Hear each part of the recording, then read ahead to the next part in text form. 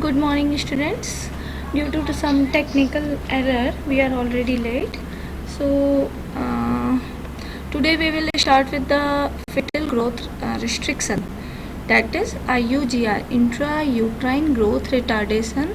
Now it is termed as fetal growth restriction. So, fetal growth restriction is a pathological condition in which a fetus has not achieved its genetic growth potential and regardless of fetal size. So, when the genetic growth potential is not achieved because of some pathological condition is known as fetal growth restriction. Fetal growth restriction or small for gestational age SGA are not synonymous. So, what happened in normal fetus size may be variable. It is not pathological condition when SGA is there. So, when the birth weight is less than 10 percentile because of genetic factor for gestational age, because of hereditary effect, and there is no pathology, it is known as small for gestational age. And this FGR, that is fetal growth restriction, it is a pathological condition. And SGA, it is not pathological, and because of this genetic effect, because maybe mother is small, father is small, so birth weight may be less than 10 percentile for gestational age is known as small for gestational age. It is normal fetus. They may be appropriate for gestational age, that is if the birth weight is between 10 to 90th percentile for the gestational age is now appropriate for gestational age, and the baby may be the large for gestational age. It is when the birth weight is above the 90th percentile for gestational age. So this is the variations in the normal fetus. It is not pathological at all. It is estimated that what we considered as a FGR, they around 50 to 70% of them are SGA. That means I assess that it is FGR, but in case of 50 to 70% they are SGA, small for gestation. It is not exact or truly growth restricted fetus. So 50 to 70% of SGA fetus have grown appropriately but are constitutionally small. But remaining 30%, what I have assessed, are truly growth restricted. So neonates are at increased risk for perinatal. So the 30% of FGR which are truly growth restricted are actually at the risk for perinatal morbidity and the mortality. So severity of smallness. So it can be divided into three parts: low birth weight, very low birth weight, and extremely low birth weight. So low birth weight, when the birth weight is less than 2500 grams irrespective of gestational age. Very low birth weight, when infant birth weight is less than 1500 gram or less. And extremely low birth weight, when weight is less than 1000 gram or less according to WHO.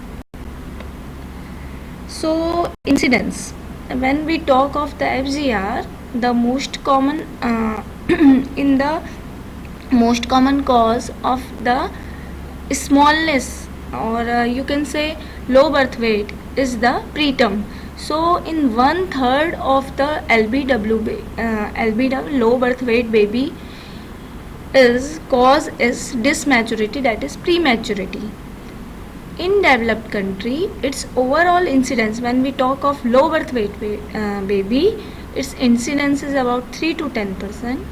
In term baby growth, this incidence is 5%, and in post term baby it is around 15%. So it is most common in the prematurity. Cause of LBW is the prematurity. So type of smallness, we can say it can be in different groups. Error in pregnancy dating, it is that is preterm birth. Second is SGA, SGA which is constitutionally small, which is normal fetus. small gestation, that other cause may be because of this is third and fourth one is because of pathological condition. It may be because of anomaly, infection, that is non-placental mediated smallness, and fourth one is because of placental efficiency. Third and fourth is truly as FGR. What is the normal growth pattern? So what happened?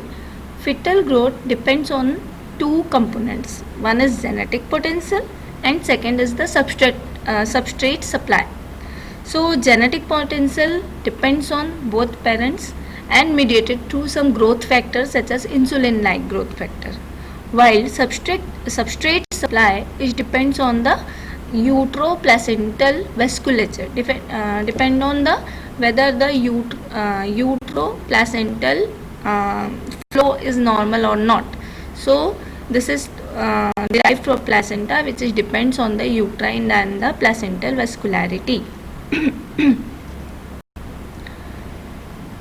Normally fetus growth is characterized by what happened immediately after fertilization. There is a 2 cell stage, then 4 cell stage, then 8 cell stage, then 16, then morula, then blastocyst. So there is a stage of hyperplasia. So initially there is a stage of hyperplasia followed by hyperplasia plus hypertrophy. Hypertrophy is the increasing of the size of the cell. So first there is a hyperplasia only, then hyperplasia plus hypertrophy, and lastly at last there is a hypertrophy alone. So this is the growth pattern, how the fetus grow. Now what is the FGR classification? So it is type 1, which is symmetrical, also known as intrinsic IUGR. Type 2, it is asymmetrical IUGR, and third is intermediate IUGR. So what is type 1 or symmetrical IUGR? It is seen in the 20 to 30% of the cases, and it is result in the growth inhibition in early pregnancy, that is in the stage of hyperplastic stage, that is the stage of hyperplasia. So when in this stage the inhibition occur, so there will be reduced number of cells in the fetus and overall growth potential will be reduced. So what are the causes? So in early stage there may be some torch infection, it is a toxoplasma, some other other Ebola and EB virus and rubella, CMV and herpes. This is the torch infection. Some chromosomal disorder and the congenital malformations are the causes of this type 1 or symmetrical IUGR. In this type of IUGR, all parameters, that means head circumference, abdominal circumference, length of the baby and the weight, all are below the 10th percentile. मतलब all are symmetrical but all are below the 10th percentile from the gestational age. Hence normal ponderal index is birth weight into grams.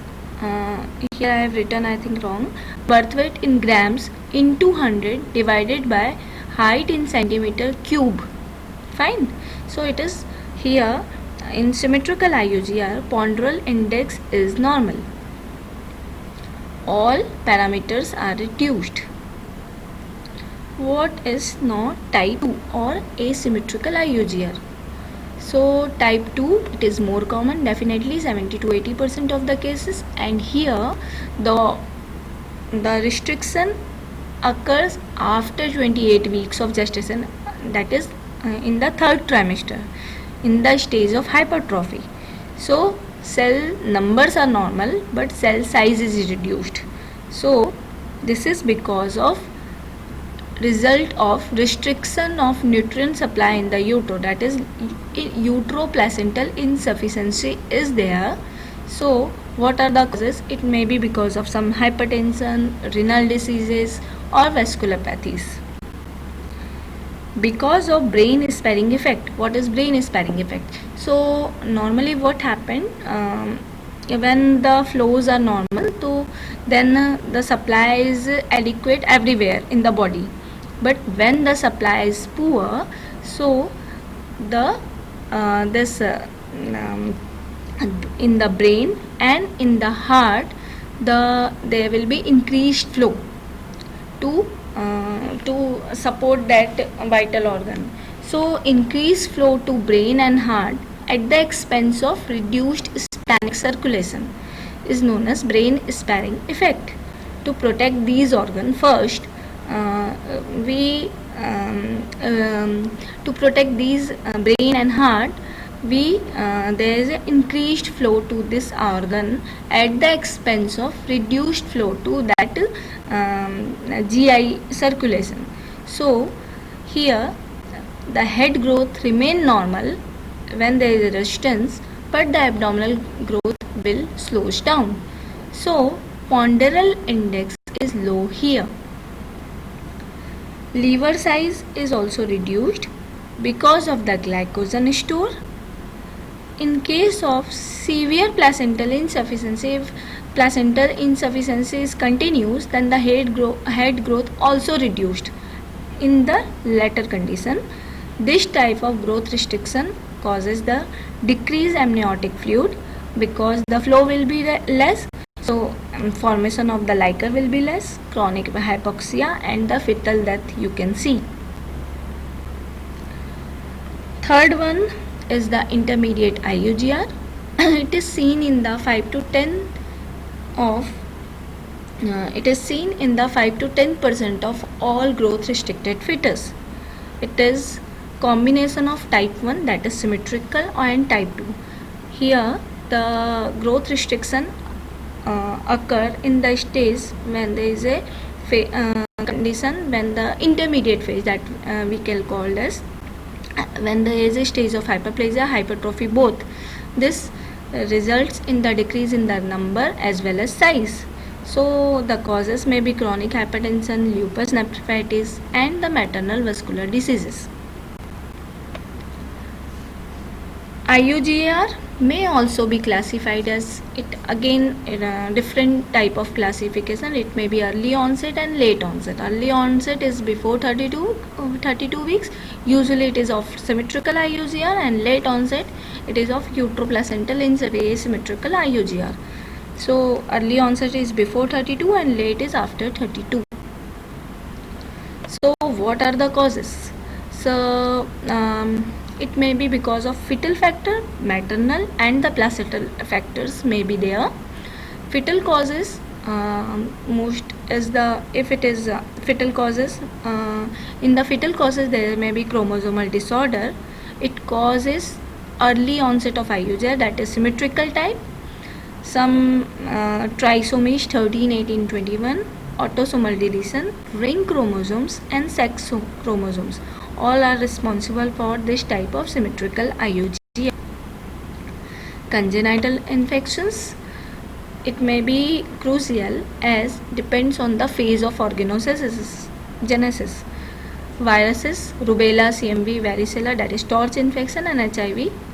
Rubella is the most embryotoxic virus, and this causes the congenital rubella syndrome, and there is a symmetrical IUGR in these cases. CMV also causes cytolysis and localized necrosis in the fetus. Some protozoan infection like malaria, toxoplasma, trypanosoma, it also associated with the FGR. Structural anomalies, it may be, there may be structural anomalies in the brain, heart, GI tract, genitourinary or musculoskeletal system. If it is associated with the polyhydramnios, chances of anomaly will be increased and the chances of growth restriction will be increased. Genetic causes, some inborn error of metabolism like agenesis of pancreas, congenital lipodystrophy, galactosemia, phenylketonuria, also these are also responsible for growth restriction of the fetus. It was the fetal causes, now placental causes. So because placenta is the sole channel for nutrition and the oxygen supply, So any defects in the placenta causes the IUGR. It may be single umbilical artery, abnormal placentation, filamentous placental inversion, bilobed placenta, hemangioma of the placenta, all are responsible for the FGR.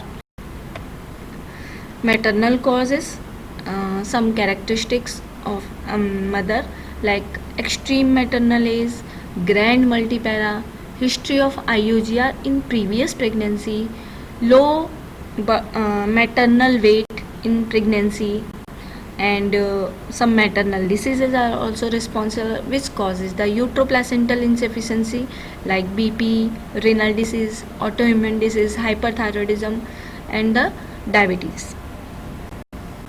Smoking, active or passive, both are responsible. It is responsible for IUGR because nicotine is an NO inhibitor, and this causes the reduced supply. Alcohol and drugs causes the placenta.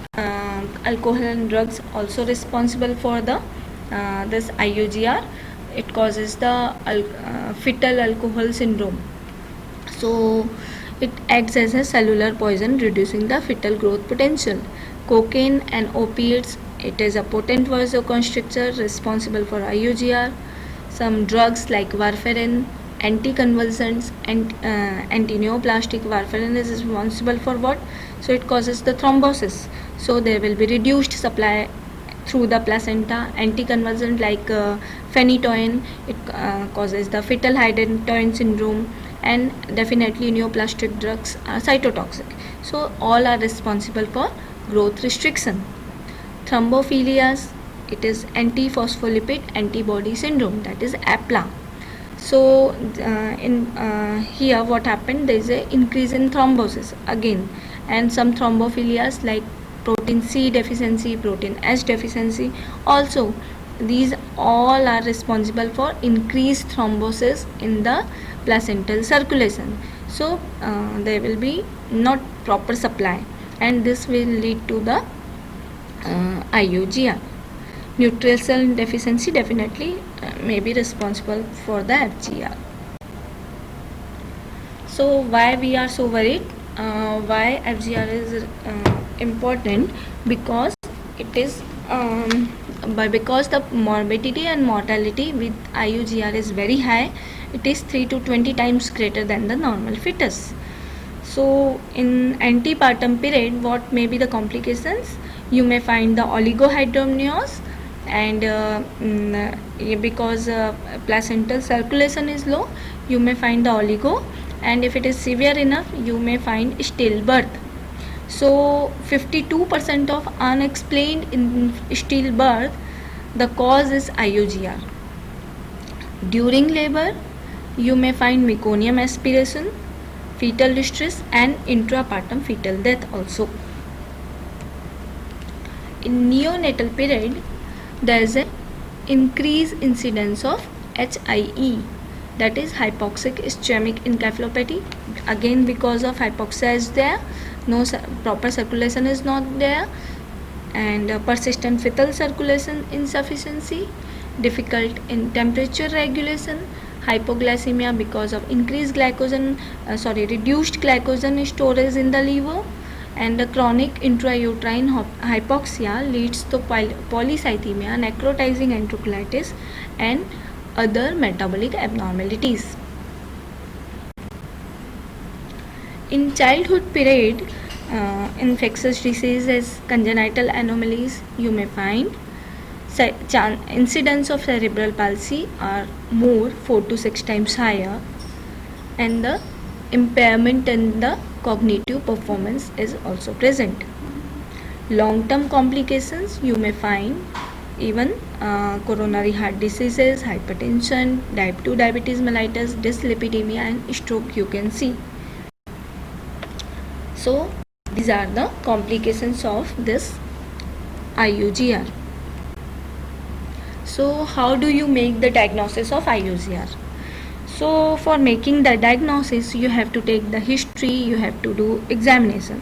So clinical assessment is most important. So you have to take history in detail, On clinical examination, you should I think you know how do you take the fundal height, abdominal girth, symphysiofundal height.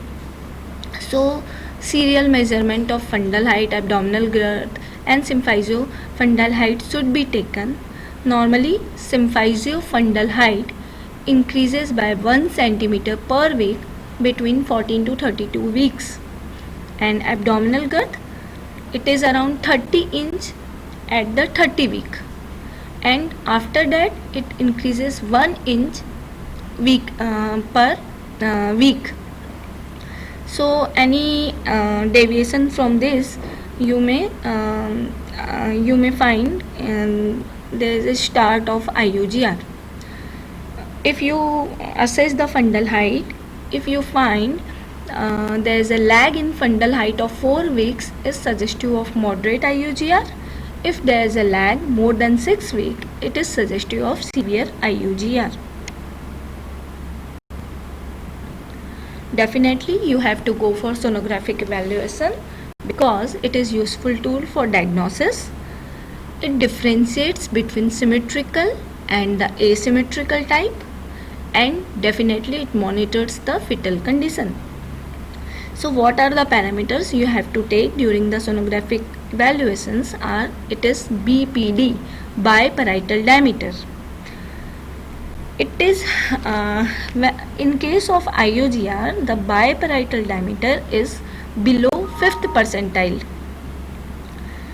and in 82% of the births are below 10th percentile. So biparietal diameter is reduced, so it is suggestive of IUGR. Head circumference, you have to take, it is better than the biparietal diameter, you have to take head circumference, and it should be compared with the normal condition. So head circumference is also useful. Transcerebral diameter, it is more accurate to take the to assess the gestational age, so it helps in the diagnosis of IUGR. Abdominal circumference, abdominal circumference and fetal weight is also accurate. Here if you will not find increase in the abdominal circumference if it is less than 10 mm in 14 days, if the size of abdominal circumference is not increasing in the more than 10 mm in 14 days, that means there is it is suggestive of IUGR. So in normal condition, what happen, in 14 days the abdominal circumference is increased by more than 10 mm. If it is less than it, then it is suggestive of IUGR. Some measurement ratios you have to take, that is HC upon AC, that means head circumference divided by abdominal circumference. If it is more than 2 standard deviation, means predictive of IUGR. Head circumference more than abdominal circumference, that means because of brain sparing effect, it is there is a brain growth is normal but abdominal growth is reduced. So if it is more than 2 standard deviation, it is predictive of which type, it is asymmetrical IUGR type. Fine. FL upon AC, femur length upon AC, it is also it can also be used. Here if ratio is about 23.5%, it is considered abnormal. You can take also transcerebral diameter upon abdominal circumference. Placental morphology. In case of IUGR, the maturation of placenta. What do you mean by maturation of placenta? During maturation of the placenta, more calcifications occur in the placenta. So you can, it is graded from grade 0 to grade 3. So maturation seen early in the cases of IUGR. So acceleration of placental maturation is suggestive of IUGR. Amniotic fluid volume, In type 2, definitely asymmetrical type, where the uteroplacental insufficiency is there, you may find oligohydramnios. So normal AFI is between the 8 to 25, and when we talk of single pocket, it is between 2 to 5. That means in single pocket, if it is less than 2, and in total AFI if it is less than 8, that means it is oligohydramnios. So you may find oligohydramnios also in type 2. You should perform the Doppler ultrasonography to know about the how the blood flow is how the blood flow is there. So most widely used arterial indices are pulsatility index, resistance index, and the systolic to diastolic ratio. So systolic to diastolic ratio is systolic peak velocity divided by diastolic peak velocity. Pulsatility index is the systolic and diastolic peak velocity divided by average maximum velocity. Resistance index is the systolic and diastolic peak velocity divided by systolic peak velocity.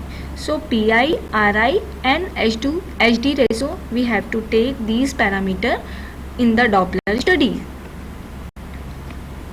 What happened when resistance increases in case of type 2 IUGR? So first the resistance occur from maternal side, then it will shift to the fetal side. So first the resistance will increase in the uterine artery, then it will shift to the umbilical artery, then it will affect the middle cerebral artery of fetus also. So what happened in the uterine artery, you may find the diastolic notch. It is also known as diastolic notch when there is a resistance in the uterine artery. In umbilical artery, when there is a resistance, there is an increase in HD ratio. I will tell you what is the increase in resistance ratio, because when the resistance will increase, the systolic flow will increase, but the diastolic flow it will not in that manner. So there is an increase in systolic flow, but in diastolic flow it is not up to that mark.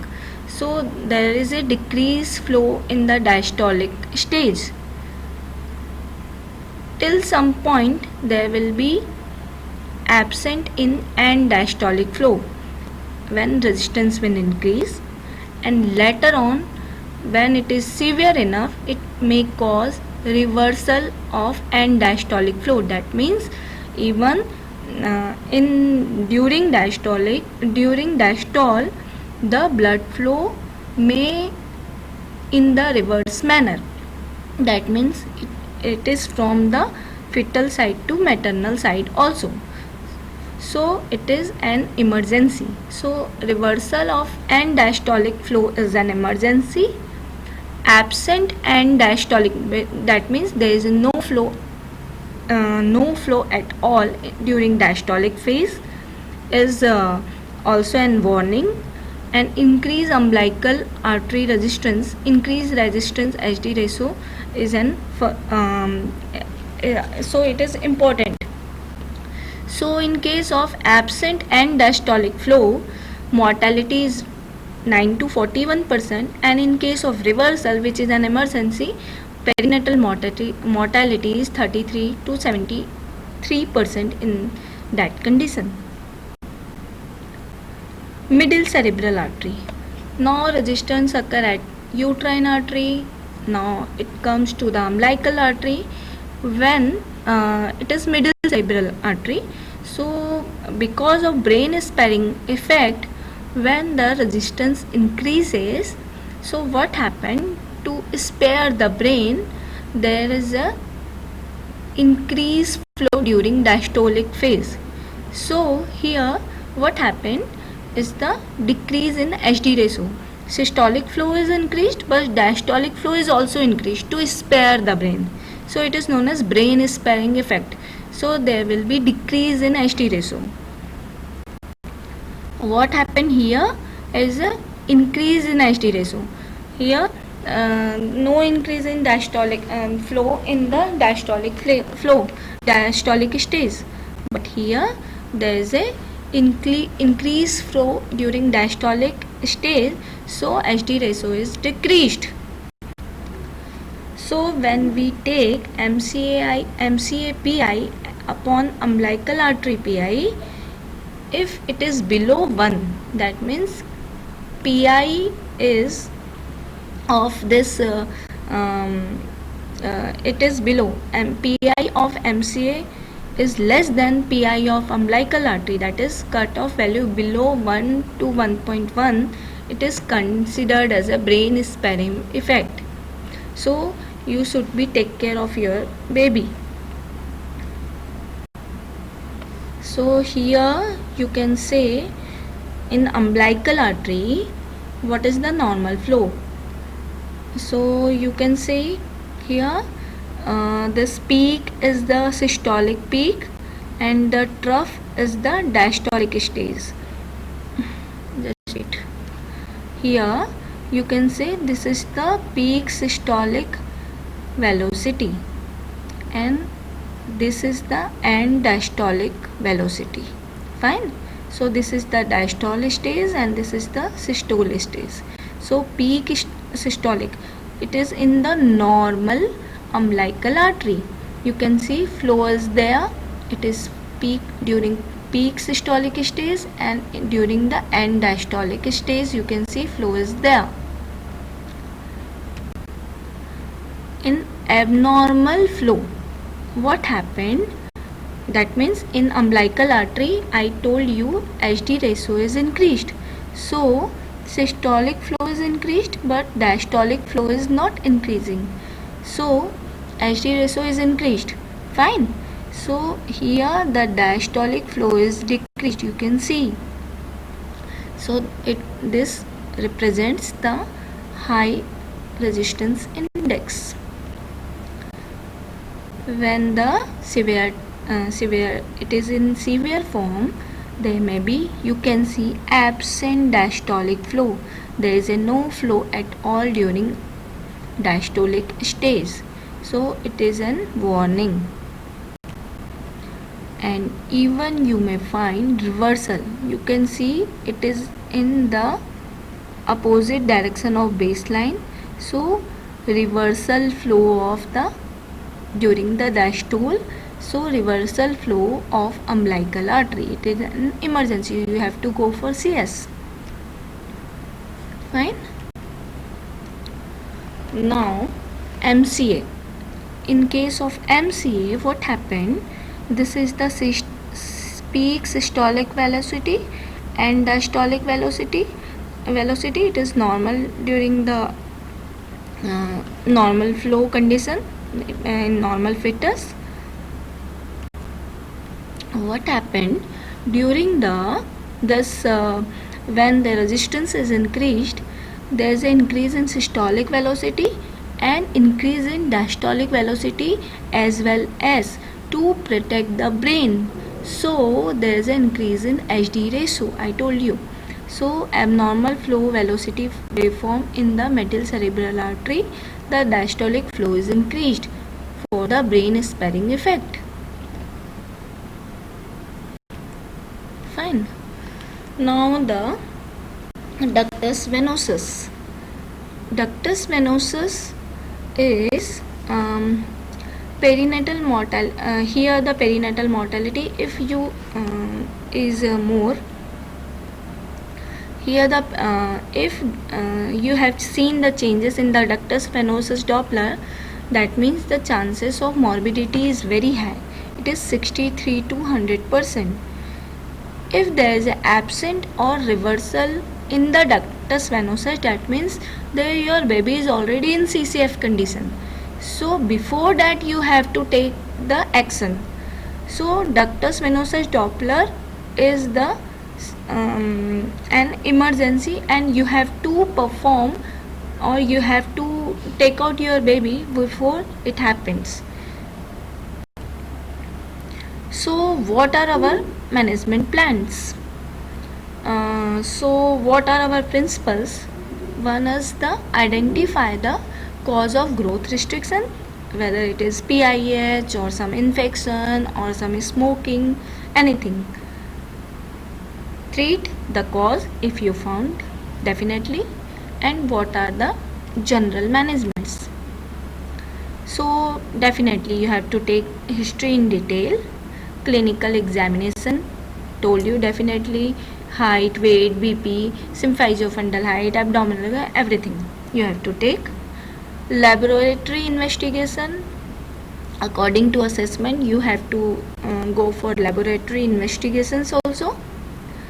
And fetal evaluation, whether your fetus is in good condition or not, or you have to perform some cesarean section, so you have to evaluate the fetal condition. So if you find any type of underlying cause, if it is hypertension, diabetes, renal problem, treat it. Smoking, stop it.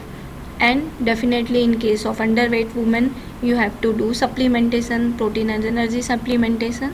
So treat the cause. General management, you have to give bed rest, preferably in left lateral position. Why? Because of this gravid uterus, it may presses your superior vena cava. So inferior vena cava. So it causes the supine hypotension syndrome. So blood flow will be reduced and BP is low. So in left lateral position, when you take left lateral position, the pressure over this veins, major veins, is reduced. So definitely flood will be blood flow will be increased. Maternal nutrition, definitely you have to give protein, high protein diet, antioxidants, omega 3 and Arginine. Arginine is a it helps Arginine, and even you can give this sildenafil. These are the work through NO, nitric oxide, and this causes the vasodilation. So Arginine and the sildenafil work through the vasodilation of all vessels and increases the blood flow in the fetus. You have to maintain the oxygen and give the inhalation oxygen.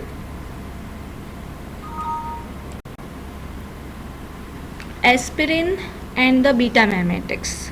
So if IUG already occurred, then it is no role.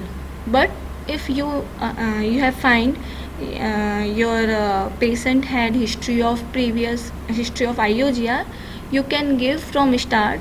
Chances will be reduced. The chance of IUGR will be reduced because aspirin increases the blood flow.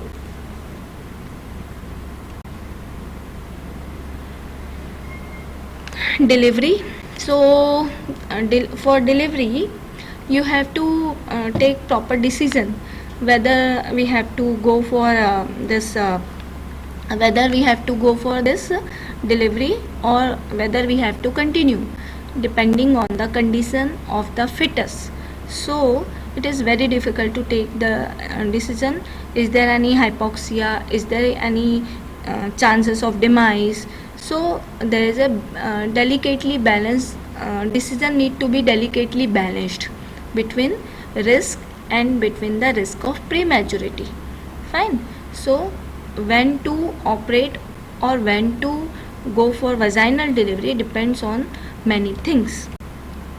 So optimum timing when to go for this action depends on gestational age, etiology. If patient is of PIH, if her BP is increasing so much, then you have to go for delivery, and possibility of extrauterine survival also, and fetal condition. So strict fetal surveillance is important. You can do all fetal surveillance through DFMC, that is daily fetal movement score, non-stress test, already told you in last class, biophysical profile, amniotic fluid index, growth parameters, and definitely Doppler studies. That means if there is any absent or reversal of diastolic flow. Role of steroid, definitely I used to give the steroid in all cases of IUCR, because chances of preterm delivery is increase. If there is a condition is hazardous inside, you have to go for preterm delivery also. So it is chances of this RDS, IBH chances is reduced. So go for steroid also. So what should be mode of delivery?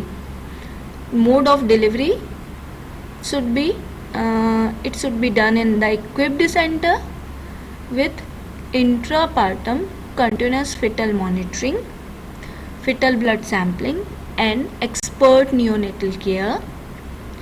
Vaginal delivery is allowed if there is a no obstetric indication and if your fetal heart rate is alright, or if there is no fetal acidosis, then you can go for vaginal delivery. If baby is of major anomaly, that survival is chances of survival is less, then you should go for preferably vaginal delivery to don't give the scar to the patient, otherwise chances of bad obstetric history will be increased. Cesarean section in all cases of IUGR with feature of acidosis. If chances of if there is a feature of acidosis, if there is a fetal distress, repetitive late deceleration in NST, poor biophysical profile, if there is a reversal of end diastolic flow, if there is abnormal ductus venosus Doppler, and if there is a acidosis, you should direct go for cesarean section. Fine. So this is the IUGR. Thank you.